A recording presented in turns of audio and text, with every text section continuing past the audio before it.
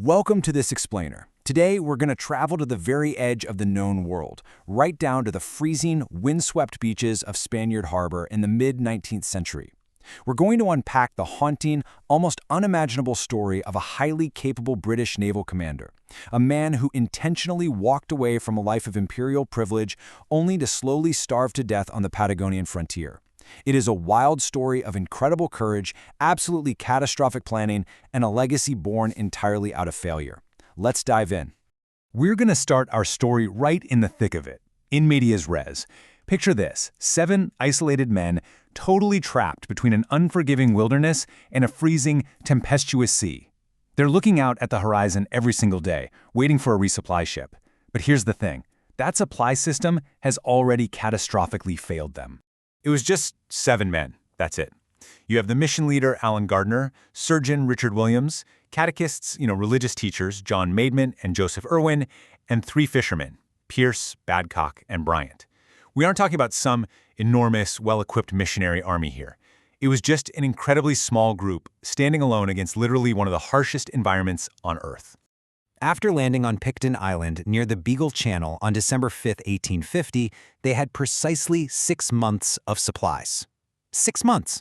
To put that into perspective, they basically started a brutal, unforgiving race against a ticking clock the second they stepped off the boat. They planned their entire existence around those provisions running out and a new shipment arriving exactly on time. But 0 rescue ships arrived in time. 0. The provisions they so desperately needed never even crossed the ocean to reach them. Instead, those life-saving supplies were just sitting completely unmoved in the Falkland Islands. And why? Just an absolute, total failure in logistics and vessel availability. There simply wasn't a suitable ship to actually transport the goods onward. Part 1: Commander turned missionary. To truly understand how this tragedy happened, we have to look at the man leading the expedition, Allen Francis Gardiner, and figure out why he'd willingly abandon the comforts of the British Empire. So Gardiner was born in England in 1794, and he was drawn to the sea super early. He began his naval career in 1810 aboard the HMS Fortune, traveling the globe and seeing cultures way beyond Britain. The guy was highly capable, rising to the rank of commander by 1826, but his Christian faith really grew to dominate his thinking, which led to this extraordinary pivot in his life. By 1834, he was exploring Zulu country in southern Africa as a missionary.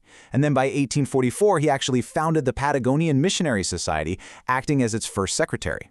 Now, there is a stark, really fascinating contrast at the heart of his mission.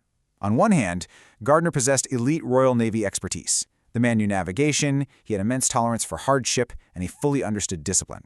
But running headlong into that were the brutal Patagonian realities: complete isolation, severely delayed supply chains, and the highly lethal risk of scurvy. So while he had the courage of an elite sailor, his expedition critically lacked the robust transportation and communication networks you absolutely need to survive Tierra del Fuego. Part 2: The Patagonian Obsession. So why was he so intensely fascinated with the southern tip of South America? I mean, this was a vast, freezing region that Europeans barely understood at the time. Well, his driving force was this simple but super powerful philosophy: geographical isolation should not become spiritual isolation. That core belief is what pushed him to explore Chile, Patagonia, and Tierra del Fuego, starting in the late 1830s. He reasoned that if Christianity was truly for all peoples, then the remote folks of the far south shouldn't be left out. He wasn't there for military conquest, he wasn't looking for commercial profit. He went because he firmly believed that if a community was difficult to reach, well, someone just had to go farther. Which brings us to Part 3, the final expedition.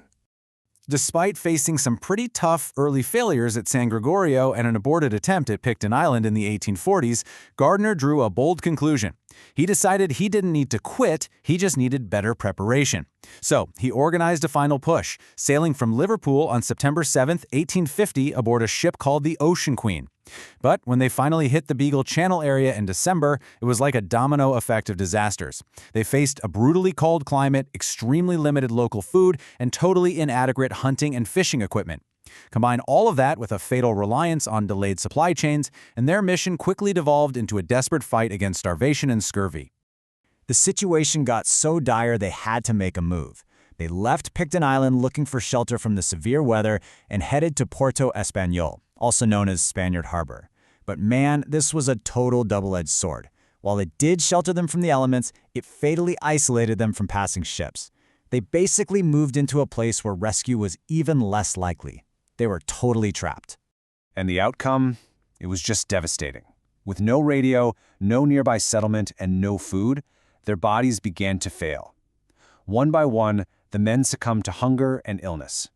Gardiner, the leader, was the last to go, passing away around September 6, 1851, at the age of 57. And here is the bitter irony of the whole thing.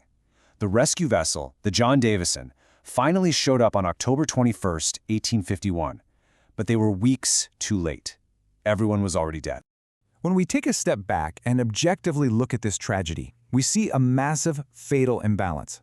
They had abundant resources of faith, courage, and willingness, no doubt about that, but they critically lacked the necessary variables to actually survive: preparation, robust transportation, and a reliable supply chain.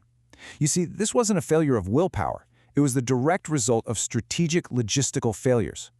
Courage, no matter how immense it is, cannot magically eliminate the cold, hard realities of danger and distance. Part 4. Legacy born of failure.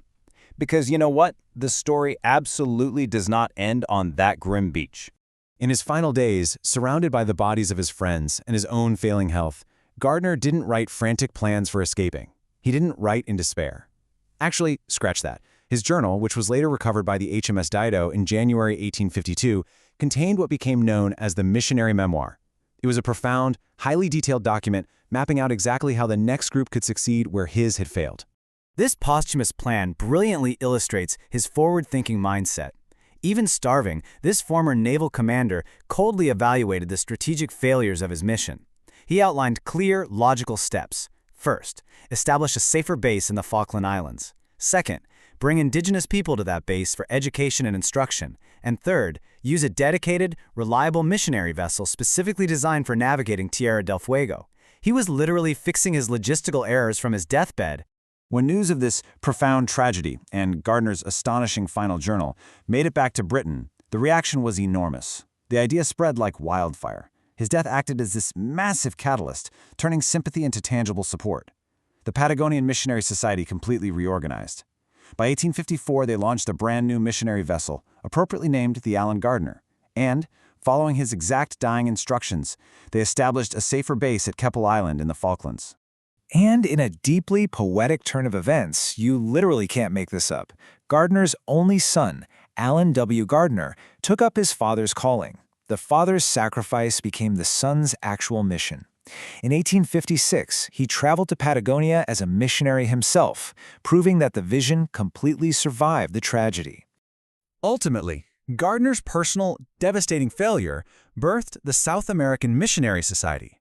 This expanded organization paved the way for later figures like Waite Stirling and Thomas Bridges to actually go back to Tierra del Fuego and establish the sustained, lasting relationships in the region that Gardiner had only ever dreamed of. Allen Gardiner crossed oceans. He explored completely unfamiliar territory. He endured repeated failures, and he ultimately died waiting for help that arrived just weeks too late. But he successfully transformed the strict discipline, courage, and organizational skills of his naval past into a powerful testimony that completely outlived him. So, I want to leave you with this final thought to chew on today. Gardiner never saw the harvest he hoped for, right? He only planted the seed in one of the world's absolute most difficult frontiers. So ask yourself, if you knew your efforts, your struggles, and your ultimate sacrifices would only benefit the generation that followed you, would you still be willing to go first? Thank you so much for exploring this fascinating historical paradox with me today.